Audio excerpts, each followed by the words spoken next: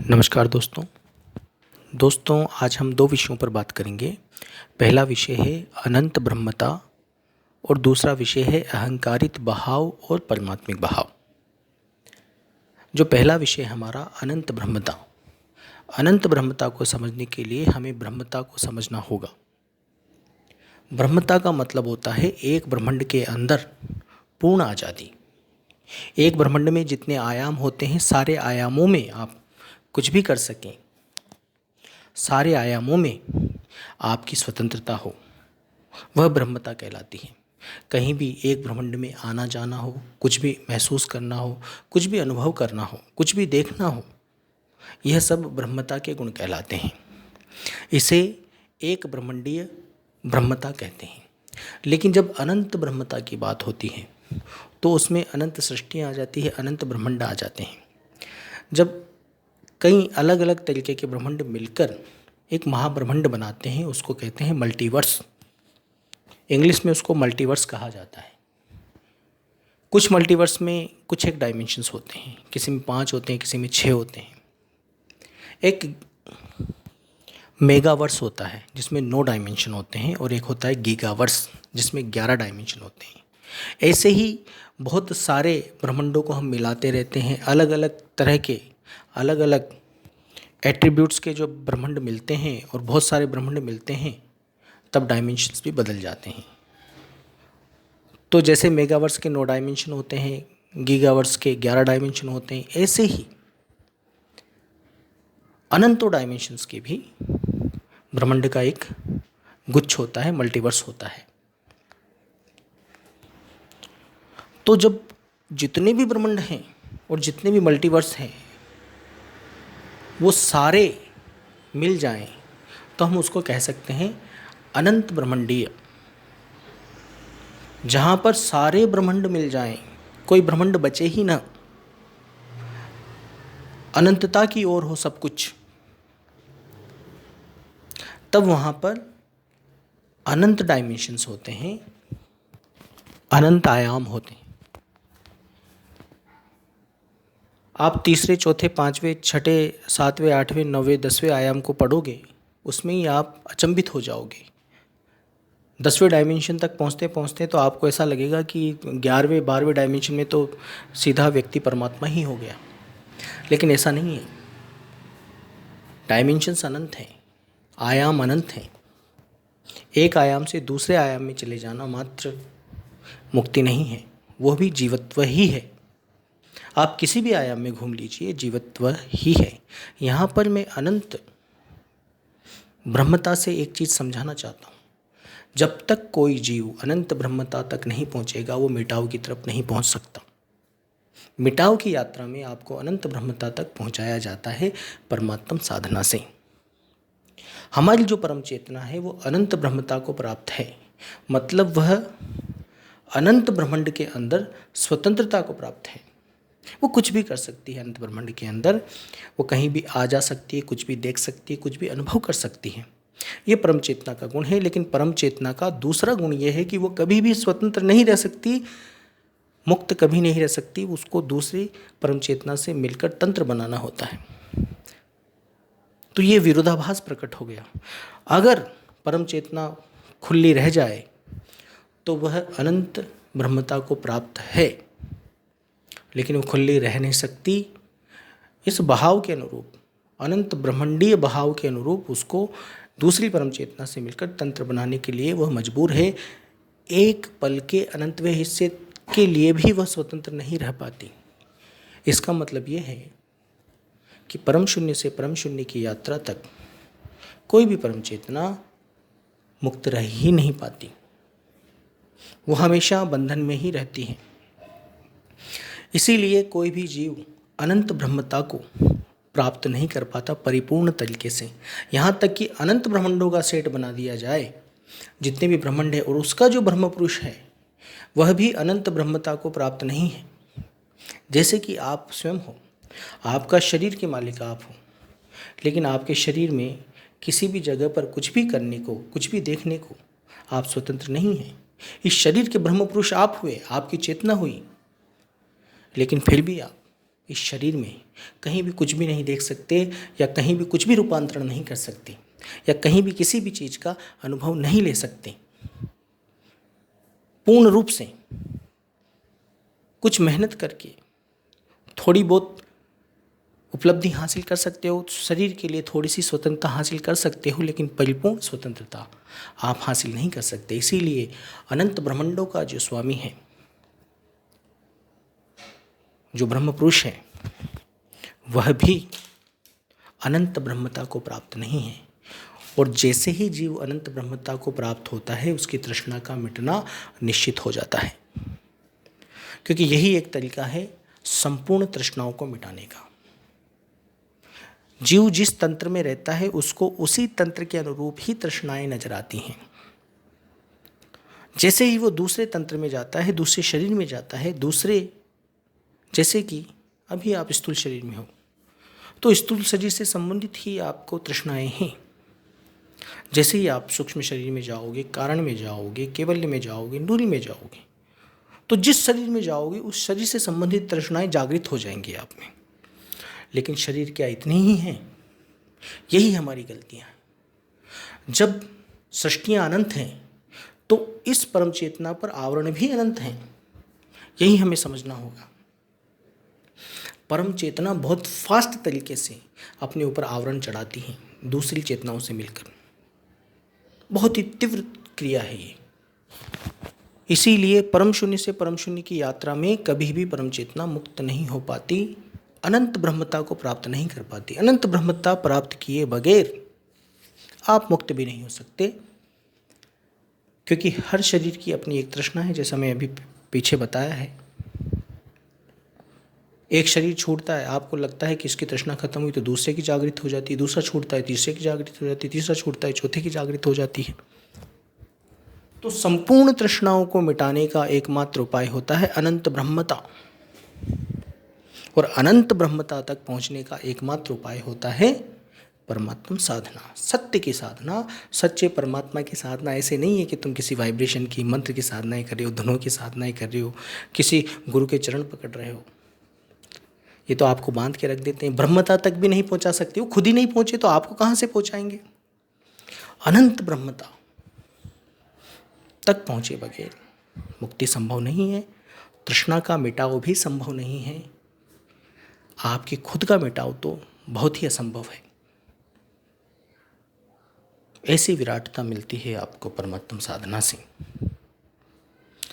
कि आपकी जो मिटाव की यात्रा है, सबसे मीठी यात्रा अगर इस संसार में अनंत सृष्टियों में है, जिसको सबसे सुंदर यात्रा कहा जा सकता है, वह एक जीव की परम चेतना के मिटाव की यात्रा है।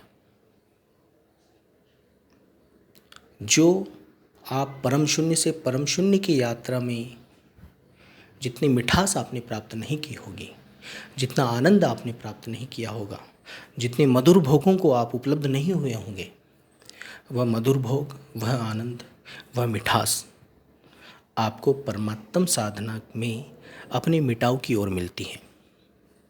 मिटना दुर्लभतम है, कोई मिटना नहीं चाहता। अनेक प्रश्न खड़े हो जाते हैं मिटने पर कि क्यों मिटें। असल में क्यों नहीं मिटना चाहता जीव? इसके पीछे गहरे में अगर हम जाके देखेंगे तो हमारी तृष्णाएं तो हैं कि अभी मेरी तृष्णा पूरी नहीं हुई, अभी तो मुझे मज़े लेने हैं, आनंद लेना है। वो तृष्णा कहीं गहरे में रमी पड़ी है, धसी पड़ी है, इसलिए हम मिटना नहीं चाहते। और जब वह तृष्णा मिट जाएगी तो हम शांत हो जाएंगे। तो परमात्मा में जब हम ठहरते हैं तो ठहरना ही, परमात्मा की शांति में जब हम ठहरते हैं, उसकी स्थिरता में ठहरते हैं, तो ये ठहरना ही तीव्रतम गति है हमारी तृष्णाओं को शांत करने की। यह एक अद्भुत गति है, इसके बराबर कोई गति हो ही नहीं सकती। अब कई लोग कहते हैं कि अनंत ब्रह्मता, अभी तो हमारी साधना ऐसी शुरू ही नहीं हुई कि हम अनंत ब्रह्मता को प्राप्त कर पाएं। अनंत ब्रह्मता को परमात्मा की साधना में जो जीव लग गया, वो सभी जीव अनंत ब्रह्मता को प्राप्त करते हैं, ये निश्चित है, ये तय है। लेकिन उस लेवल पर कब आओगे आप? वो परमात्मा की मौज है और आपकी सम्मुखता पर निर्भर करती है। आप कितने ईमानदार हैं, कितने समर्पित हैं परमात्मा के प्रति। आपकी ईमानदारी अभी प्रश्न के घेरे में है। जब तक आप ईमानदार नहीं रहोगे, यहीं धंसे पड़े रहोगे, इन्हीं गधों के चक्कर में उलझे रहोगे। अनंत ब्रह्मता तो छोड़िए, आप ब्रह्मता को भी हासिल नहीं कर पाओगे। ब्रह्मता छोड़िए, आप एक छोटे से इलाके के अनुभव को, वहाँ की स्वतंत्रता को भी हासिल नहीं कर पाओगे। अनंत ब्रह्मता तो बहुत दूर की बात रह गई। बिल्कुल निरअहंकारित भाव वाला व्यक्ति ही अनंत ब्रह्मता को प्राप्त कर सकता है। और निरअहंकार में आना परमात्म साधना के सिवाय संभव ही नहीं। परमात्म साधना क्या? परमात्म साधना कोई साधना नहीं है। परमात्मा के गुणों से जुड़ना परमात्म साधना है, परमात्मा के सही गुणों से। ऐसा नहीं है कि कोई भी कुछ भी पढ़ा देगा आपको, उसको मान लोगे आप। और कोई कुछ भी पढ़ा रहा है, पहले उसका इतिहास देख लीजिए। उसका इतिहास, आपको कहते हैं प्रत्यक्ष को प्रमाण की जरूरत नहीं, उसका इतिहास साबित कर देगा आपको, उस पंथ का, उस धर्म का, कि कितने लोग शांत हुए, कितने लोग स्वतंत्र हुए, कितने लोगों ने अमरता को हासिल किया। सब पता चलेगा उन धर्म के इतिहास से। और एक धर्म, एक पंथ ऐसा नहीं मिलता। सब लड़ाकू हैं, सब माया के पीछे भाग रहे हैं। माया के पीछे भागना भी तो बंधन है। माया हमारे पीछे भागे, वो अनंत ब्रह्मता से संभव है।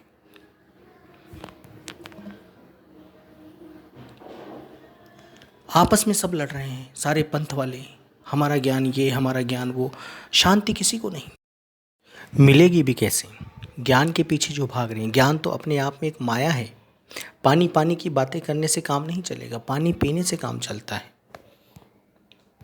इसीलिए ये लोग प्रचार तंत्र के पीछे भाग रहे हैं। अगर ब्रह्मता को थोड़ा भी प्राप्त कर जाते तो प्रचार तंत्र के पीछे भागने की जरूरत थी ही नहीं। अपने आप का महिमा मंडन कराने की बिल्कुल जरूरत नहीं थी, क्योंकि इनको वह अमरधन नहीं मिला। अमरधन मिल जाता तो छोटे धन के पीछे भागने की बिल्कुल आवश्यकता नहीं पड़ती। लेकिन छोटे धन के पीछे भाग रहे हैं, इसका मतलब गुरुओं को ही कुछ नहीं मिला तो अनुयायियों को कहाँ से मिलेगा? ब्रह्मता की बात हो ही नहीं सकती इनके पास। और अनंत ब्रह्मता तो बहुत दूर की बात है। ये ढंग से आयामों को भी नहीं जानते, इसलिए 5वें, 6ठे, 7वें, 8वें आयाम में ही उलझ कर रह गए हैं। बड़े आयामों की इनसे बात भी नहीं हो सकती। मैं बहुत सारी बातें खुलकर इसलिए नहीं बताता क्योंकि अभी आप छोटे हैं साधना में, आप उलझ न जाओ, इसलिए मैं ज़्यादा बातें नहीं बताता आपको। क्योंकि जो बात कहने से पता न चले, इससे अच्छा है आपको कृपा से पता चले। और कृपा से निश्चित ही पता चलती है। जब भी हम परमात्मा से जुड़ते हैं, सत्य से जुड़ते हैं, तो हमें 1 साल में ही लाभ मिलना शुरू हो जाता है। 1 साल में। और अगर 1 साल में लाभ नहीं मिल रहा है तो 2 बातें हो सकती हैं। जिस मार्ग को आपने पकड़ा या तो वो गलत है, या आपके समर्पण और ईमानदारी में गलती है। आप अपने आप को चेक कीजिए। अगर आपके समर्पण और ईमानदारी में गलती नहीं है, आप 50% से अधिक समर्पण और ईमानदारी कर पा रहे हैं, तो निश्चित ही मार्ग गलत है। उस मार्ग को तुरंत त्याग दीजिए, चाहे यहाँ जो बताया जा रहा है वो मार्ग भी क्यों ना हो। कभी भी किसी के भी सगे मत रहिए, सगे केवल सत्य के रहिए। सत्य ही आपके सगेपन को निभा पाएगा। बाकी यहाँ सब धोखेबाज हैं। और सत्य की परख ये है, सत्य परम रक्षक है। प्रचंड रूप से आपको हर तरीके से सहज करता है। और ये गुण अगर आपको उपलब्ध नहीं हो पा रहे हैं, आपके जीवन में शांति नहीं आ पा रही, सहजता नहीं आ पा रही, तो पहले देखिए अपने आप को कि कहीं आपके समर्पण और ईमानदारी में, कहीं आप जिस मार्ग को अपना रखा है उस मार्ग के प्रति ईमानदारी पूरी बरत रहे हैं। कहीं ऐसा तो नहीं आपके मस्तिष्क में और भी चीज़ों के बारे में बातें चल रही हैं, और भी ज्ञानों को आप सुनते हो, तब फिर आप की परख गलत हो जाएगी। क्योंकि वहाँ वह मार्ग गलत नहीं है, बल्कि आप गलत हो। तो पहले अपनी गलती को सुधारिए। जब आपकी गलती सुधर जाए, उसके बाद 1 वर्ष देने के बाद भी आपको लाभ नहीं मिलता तो तुरंत उस मार्ग को छोड़ दीजिए। वह मार्ग किसी भी काबिल नहीं है। और यदि आप 10-10 वर्ष दे चुके, 15-15 वर्ष दे चुके, 3 वर्ष, 4 वर्ष, 5 वर्ष दे चुके, तब तो तुरंत छोड़ देना चाहिए आपको। मत उलझे रहो। जैसे कोई व्यापार करते हो, आपको 1 साल उस व्यापार में कोई कमाई नहीं हुई तो ठीक है, आपके अंदर थोड़ा धैर्य था, 2 साल रुक गए। 2 साल भी कमाई नहीं हुई, 3 साल भी कमाई नहीं हुई, 4 साल भी कमाई नहीं हुई, तो कब तक रुके रहोगे? पूरी बर्बादी तक रुके रहोगे। उस व्यापार को छोड़कर दूसरा व्यापार पकड़िए। लेकिन अगर 1 वर्ष आपके व्यापार में कमाई नहीं होती तो पहले अपनी कमियों को ढूंढिए। कहाँ कमी थी कि व्यापार में कमाई नहीं हुई? अगर उन कमियों को पूर्ति करने लेने के बावजूद भी आपकी कमाई नहीं हो रही तो निश्चित ही ऐसा समझिए कि वह व्यापार ही गलत है। आपको दूसरा व्यापार बदल लेना चाहिए। ऐसे ही सत्य है। सत्य हमेशा सहयोगी होता है। सत्य आपका सदैव सगा है। सत्य हमेशा सहजता देता है, शांति देता है, स्थिरता देता है। वो समर्थ है, वो परम रक्षक है आपका। ये सारे गुण देख लीजिए, ये सारे गुण आपके जीवन में अवतरित होंगे। जो सत्य से जुड़ता है, सत्य के गुण, सत्य की परछाई उसके अंदर आना शुरू हो जाती है। वो स्वयं सत्य नहीं हो सकता, सत्य तो मिटने पर ही होगा।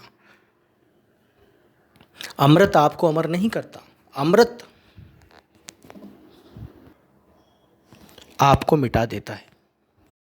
अमृत जहर का समूल नाश कर देता है। इसीलिए इस बात को आपको गहराई से सोचना पड़ेगा। अपने जीवन को बर्बाद नहीं करना है। अगर आपको मार्ग गलत लगे तुरंत छोड़ो, नए मार्ग की तलाश करो, सही मार्ग की तलाश करो। किसी के बहकावे में मत आओ, कोई भी हो, कितना ही अच्छा आकर्षक क्यों न लगे आपको। ये आकर्षण 2 दिन के हैं। अंत में आपको अपना जीवन ही देखना है, जीवन ही काम आएगा। ये लोग आपसे ठग लेंगे आपका समय, आपका धन, और आपको अंत में हाथ मलते ही रहना है। आपको कुछ भी नहीं मिलेगा। सत्य परमात्मा दातार है, वो केवल देता है, लेता कभी भी नहीं है। सत्य से संबंधित कोई भी जुड़ा हो वो दातार ही बनता है, उसकी परछाई उसमें आती है। वो देने वाला है, लेने वाला कभी नहीं है। इस गुण को भी गांठ बांध लो आप। वो देगा आपको। परमात्मा मिटाने से पहले आपको अनंत स्वतंत्रता का रस चखाता है। जो आपकी परम चेतना है, उस परम चेतना को कभी भी, जो परम शून्य से परम शून्य की यात्रा में ऐसी अनुभूति, ऐसी स्वतंत्रता कभी भी न मिली हो, वह स्वतंत्रता आपको देता है अनंत ब्रह्मता देकर। और तब तक देता है जब तक आप पूरे रूप से संतुष्ट न हो जाएं, पूर्ण रूप से तृप्त न हो जाएं। अब इस अनंत ब्रह्मता के बारे में मैं क्या बताऊं आपको? इसको बताने के लिए कोई शब्द नहीं है, क्योंकि इसकी महिमा कैसे करूं मैं अनंत ब्रह्मता की। कुछ छोड़ता ही नहीं परमात्मा देने के लिए आपको। मतलब आपको अनंत पति बना देना जैसी बात है।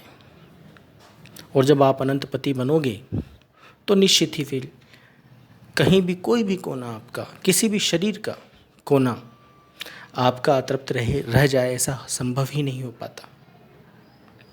लोकांतर में जीव क्यों जाते हैं? कहीं ना कहीं उनके अंदर बहुत गहरे में धसी तृष्णाएं हैं जो सोचता है कि वहाँ जाकर पूरी हो जाएंगी, लेकिन वहाँ जाकर देखता है कि वहाँ भी पूरी नहीं हुई।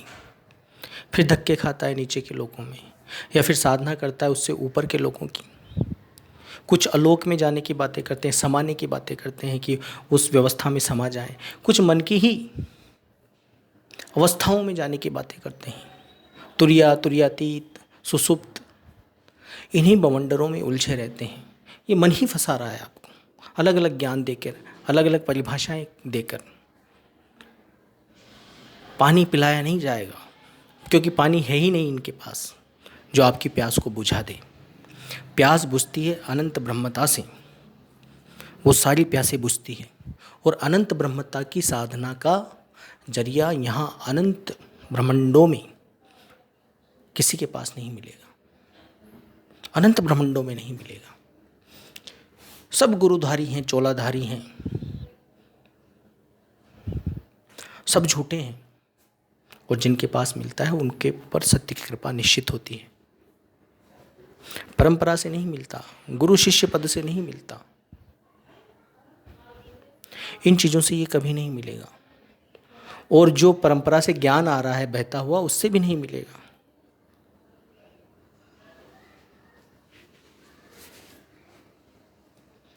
अनंत ब्रह्मता का रस चखने के बाद ही जीव मिट पाता है, क्योंकि उसके अंदर जो अंगड़ाइयाँ हैं उड़ने की, कुछ करने की, सारे भोगों को भोगने की, सम्राट बनने की, और सम्राट बनकर वो सारी चीज़ें करने की जो एक सम्राट भी नहीं कर पाता, और सम्राटता में अनंतों युग ठहरने की, ये जो सारी उसकी तृष्णाएं हैं, वो सारी तृष्णाएं अनंत ब्रह्मता से मिटती हैं। जीव की तृष्णा का कोई वार पार नहीं है, ये अनंत तृष्णाओं से भरा पड़ा है। इसका एक एक रोम अनंत तृष्णाओं से त्रसित है। कैसे मिटेगा? मिट ही नहीं सकता। मिटने की बातें होती हैं बस। ये जितने भी तुम देवी देवता इष्ट भगवान ब्रह्म पुरुष हैं, ये सब त्रसित हैं, तब तृष्णा में गहरे दबे पड़े हैं।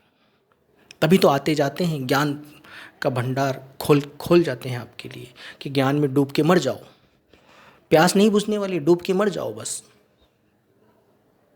इतना ज्ञान आज के समय में है, लोग अपनी चिंता तक नहीं मिटा पाते, और सारे ज्ञान खोल कर रख लेंगे कि कैसे मिटाई जाए।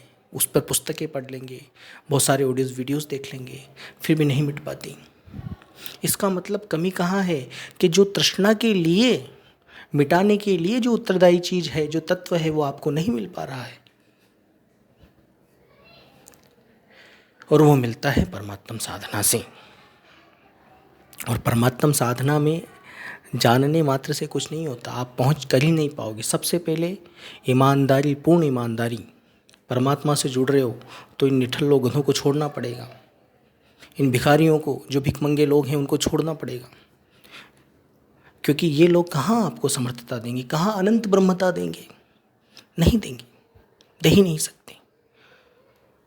सबको छोड़कर एक की शरण लेनी पड़ेगी, परमात्मा की। लेकिन तुम सबको छोड़ कहाँ पाते हो? तुम्हारा जीव उछल उछल कर उन झूठे ज्ञानों की तरफ आकर्षित होता रहता है। और कितना समय तुमने खो दिया है। लोग यहाँ 20-20, 30-30, 40-40 वर्ष उन्हीं ज्ञानों में दिए बैठे हैं, कुछ नहीं मिला उनको। तुम्हारे पास प्रत्यक्ष रूप से प्रमाण होते हुए भी तुम नहीं छोड़ पाते हो, इतने बंधे हुए हो तुम ज्ञान में। ज्ञान एक रस्सी है जो तुमको बांध लेती है जानवरों की भांति, और उस रस्सी से निकलना तुम्हारे लिए संभव ही नहीं हो पाता। अनंत ब्रह्मता का छोटा सा अंश भी आपको उपलब्ध होगा तो कमाल हो जाएगा, आपका जीवन निखर जाएगा, रोम रोम खिल जाएगा। और परमात्मा तीव्र गति से देने की कोशिश करता है आपको, लेकिन गलतियां आपकी हो जाती हैं। आप में एक तो पूर्ण ईमानदारी और समर्पण नहीं है। जब ये दोनों चीज़ें घटेंगी तो निश्चित ही परमात्मा इतनी गति से आपकी तरफ आएगा। ये शाश्वत नियम है। फिर आप समर्पित हो गए उसको, फिर आपके जीवन की जो भी परेशानियां, वो तो चुटकी में, पल में दूर करता है। वो तो है ही नहीं, ये समझिए आप। परमात्मा के शरण में आने के बाद वो आपको गोद में उठा लेता है। और अभी तक आप गोद में नहीं आए परमात्मा की, तो मैं कहता हूँ दो ही बातें हैं। या तो गलती जिस मार्ग को आपने पकड़ा है वह उसमें है, या गलती आपकी है। जल्दी से दोनों में से पता कर लो किसकी गलती है और उसको सुधार करो। सुधार करके मार्ग में जुड़ो, तब जाकर आप अनंत ब्रह्मता को प्राप्त कर पाओगे। अनंत ब्रह्मता के बारे में मैं धीरे धीरे कहता रहूँगा, क्योंकि कई लोग अनंत ब्रह्मता के बारे में सुनकर लालची ना हो जाएं। ये लालच वाली बात नहीं है, ये सारे लालच त्याग कर समर्पण में आकर निरअहंकारित होने पर उपलब्ध होती है। इसलिए जल्दबाजी कभी किसी चीज़ की मत करो। परमात्मा अपना अनंत अमर भंडार लुटाए बैठा है, लूटने की जरूरत है। उसने कभी कोई ताला लगाया ही नहीं, उसके लिए किसी भेद की आवश्यकता नहीं, बल्कि सारे भेदों को त्यागने की आवश्यकता है। अब जो दूसरा विषय हमारा मानसिक भाव और परमात्मिक भाव, कई लोग भाव में कन्फ्यूजन रखते हैं। मैं कहता हूं कि प्रकृति के भाव में बहिए। तो अहंकारित भाव वह होता है जब हम बहते तो हैं प्रकृति के, सभी प्रकृति के भाव में ही बह रहे हैं।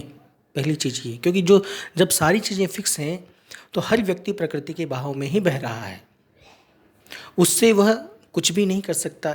एक कदम भी आगे न तो रख सकता न पीछे रख सकता, जिससे का तैसा चलना पड़ेगा उसको।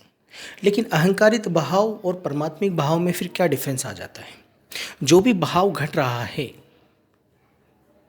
आपके जीवन में, उस भाव में जब आप अहंकार घोल देते हैं कि ये भाव मेरा है, मेरे इर्द गिर्द हो रहा है तो मेरा भाव है, ये मेरे बच्चे, मेरे बीवी, ये घटना मेरे साथ घटी, ये घाटा मेरा है, ये मुनाफा मेरा है, जब उसमें हम अहंकार जोड़ देते हैं तो यह हो जाता है अहंकारित भाव। और परमात्मिक भाव क्या होता है? जब मन के सारे गुण संतुलित होकर परमात्मा की शरण में आ जाते हैं, तब हमारा भाव अहंकारित न होकर परमात्मिक हो जाता है।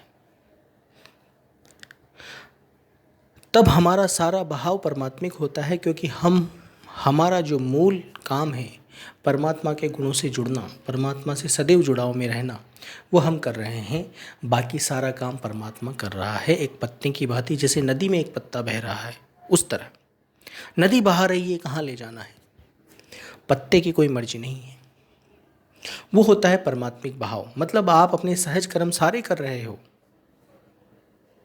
लेकिन परमात्मा से जुड़े हुए हो, इसलिए आपको परमात्मिक गुण मिल रहे हैं, परमात्मा के गुणों की परछाई आपके मन पर आ रही है, तो आपका जीवन सुगम हो जाता है, सहज हो जाता है। काम, क्रोध, मोह, लोभ, अहंकार सब संतुलित हो जाते हैं। तो परमात्मिक भाव इस तरह से उपलब्ध होता है। और परमात्मिक भाव में मिठास होती है, मृदुता होती है, शीतलता होती है, ठंडक होती है, प्रेम होता है। और अहंकारित भाव में चिंता होती है, कलह होती है, लड़ाकापन होता है, थकान होती है। ये अहंकारित भाव में होता है। अब आपको क्या मिल रहा है, उससे आपको तय हो जाएगा कि आपका भाव परमात्मिक है या अहंकारित है। कई लोग कहते हैं मुझे गुस्सा आ रहा है तो मैं गुस्से में सामने वाले को सब कुछ कह देता हूँ, क्योंकि मैं तो भाव का हिस्सा हूँ, कह दिया। वो अहंकारित भाव है आपका। बिना परमात्मा से जुड़े भाव में बहने का कोई तात्पर्य नहीं, वो शून्य से शून्य की यात्रा है। इसलिए मैं कहता हूँ प्रकृति के भाव में बहकर परमात्मा से जुड़ जाइए। तो परमात्मा से जुड़ जाओगे तो जो भाव है वो आपका परमात्मिक हो जाएगा। वरना काम, क्रोध, मोह, लोभ, अहंकार आपके सदैव असंतुलित रहेंगे, और जब असंतुलित रहेंगे तो आप परेशान रहोगे और आप अहंकारित भाव के ही हिस्से रहेंगे, परमात्मिक भाव के हिस्से नहीं रहेंगे। तो जब भी आपके जीवन में मिठास आए, मृदुता आए, प्रेम रहे, सहजता रहे, तो समझिएगा आप परमात्मिक भाव के हिस्से हो गए हो। और ये सब नहीं है तो आप अहंकारित भाव के हिस्से हैं। तो हमें बहना तो है, भाव में ही बहना है, लेकिन हमारा मिटाव भी तय हो जाए, ऐसे भाव में बहना है। और उस भाव में बहने के लिए हमें परमात्मा से जुड़कर बहना है, तब जाकर उस भाव में बहने का कोई औचित्य निकलेगा, नहीं तो कुछ भी नहीं निकलेगा। और जो झूठी साधनाएं करते हैं, झूठे गुरुओं से, झूठे ज्ञानों से, झूठे ब्रह्म पुरुषों से, झूठे शब्दों से या शब्दों से, धुनों से जो जुड़े हुए लोग हैं, वह लोग अपने आप को प्रताड़ित कर रहे होते हैं, क्योंकि उनके अंदर जो आम आदमी है, आपके मोहल्ले में आम आदमियों को देखिए, आपके नगर में, कॉलोनी में आम व्यक्तियों को देखिए, उन व्यक्तियों के काम, क्रोध, मोह, लोभ, अहंकार इतने प्रबल नहीं होंगे जितने प्रबल इन झूठे साधकों के होंगे। इनके अंदर रह रहकर काम, क्रोध, मोह, लोभ, अहंकार ज़्यादा मात्रा में मिलता है और कहते हैं ये अपने आप को भक्त, साधक, लेकिन न तो ये भक्त होते हैं ना ही साधक होते हैं। और इनको परेशानियां भी 3 गुना परेशान करती हैं। आम व्यक्ति थोड़ा सा मानसिक, भावनात्मक और शारीरिक परेशान होता है, लेकिन ये जो साधनाएं करते हैं इनका मानसिक तल और भावनात्मक तल थोड़ा सा संवेदनशील हो जाता है, तो जरा सी बात भी इनके ईगो पर ठेस पहुंच जाती है। इसलिए ये व्यक्ति 3 गुना परेशान होते हैं जो झूठी साधनाएं करते हैं। मंत्रों की साधना, गहन ध्यान की साधना, धुनों की साधना, गुरु की साधना। कई गुरु गीता तो ऐसी लिखी हुई हैं जिनमें लिखा हुआ है कि आपके गुरु के खिलाफ अगर कोई कुछ बोलता है तो उसकी जीवान खींच लीजिए, आप उसका दांत तोड़ दीजिए, उसको पीटिए। ऐसी बातें तो आपके ग्रंथ आपको सिखा रहे हैं। अहंकारित भाव में ढंग से मोड़ रहे हैं आपको। परमात्मिक भाव में ले जाने की इनके पास कोई औचित्य ही नहीं है। ये खुद नहीं बह रहे हैं परमात्मिक भाव में। जिनके लाखों करोड़ों अनुयायी हैं वो खुद परमात्मिक भाव में नहीं है, तो आपको कहाँ से बहाएंगे।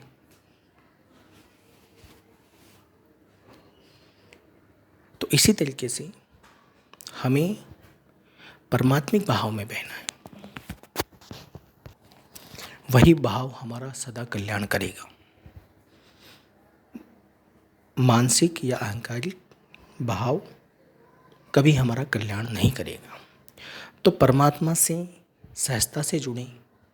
उसका कोई भी गुण जो आपको अच्छे से समझ में आता है उस गुण से धीरे धीरे जुड़ना शुरू करें। अपने आप बाकी के गुण आपके अंदर आने लगेंगे। परमात्मा की स्थिरता से जुड़ोगे तो सर्वव्यापिता से अपने आप जुड़ जाओगे। अपने आप अमर शांत से जुड़ जाओगे। अपने आप अकर्ता भाव आने लगेगा। अपने आप समर्थता के बीज स्फुरित होने लगेंगे आपके जीवन में। अनंत दिशाओं से समर्थता का भाव आपको मिलने लगेगा आपके जीवन में। यह है सत्य की कृपा के लक्षण, यह है परमात्मा की कृपा के लक्षण। ये लक्षण अगर आपको नहीं मिलते आपके जीवन में तो निश्चित ही फिर आप 2 गलतियां कर रहे हो जो मैं पीछे बता चुका हूँ। इसको देखिए आप, ये बहुत ज़रूरी है आपके जीवन के लिए। फिर जो भी मार्ग हो उसको तुरंत त्यागिए, चाहे ये हो या कोई और हो। हमें मार्ग से लेना देना नहीं है, हमें सबको रिजल्ट चाहिए होता है। रिजल्ट देखिए, अगर रिजल्ट नहीं मिल रहा है तो ढूंढिए गलती कहाँ है। क्योंकि अभी मिटाव पे जाने से पहले हमें एक जो बीच का अनंत ब्रह्मता का, स्वतंत्रता का जो मार्ग है उसको प्राप्त करना होता है। और ऐसा नहीं है उसके लिए हम कोई स्पेशल कुछ करना होता है, नहीं। वो परमात्मा की कृपा से परमात्मा उपलब्ध करवाता है, सबको उपलब्ध करवाता है, कोई नहीं बचता।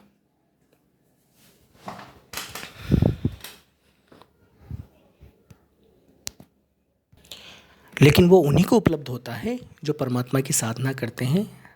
सबका मतलब उन्हीं लोगों से है जो परमात्मा की साधना करते हैं, उनसे नहीं जो साधना नहीं करते। वो तो कई बार परम शून्य से परम शून्य की यात्राओं को पूरा कर लेते हैं, लेकिन फिर भी उनको अनंत ब्रह्मता नहीं मिल पाती।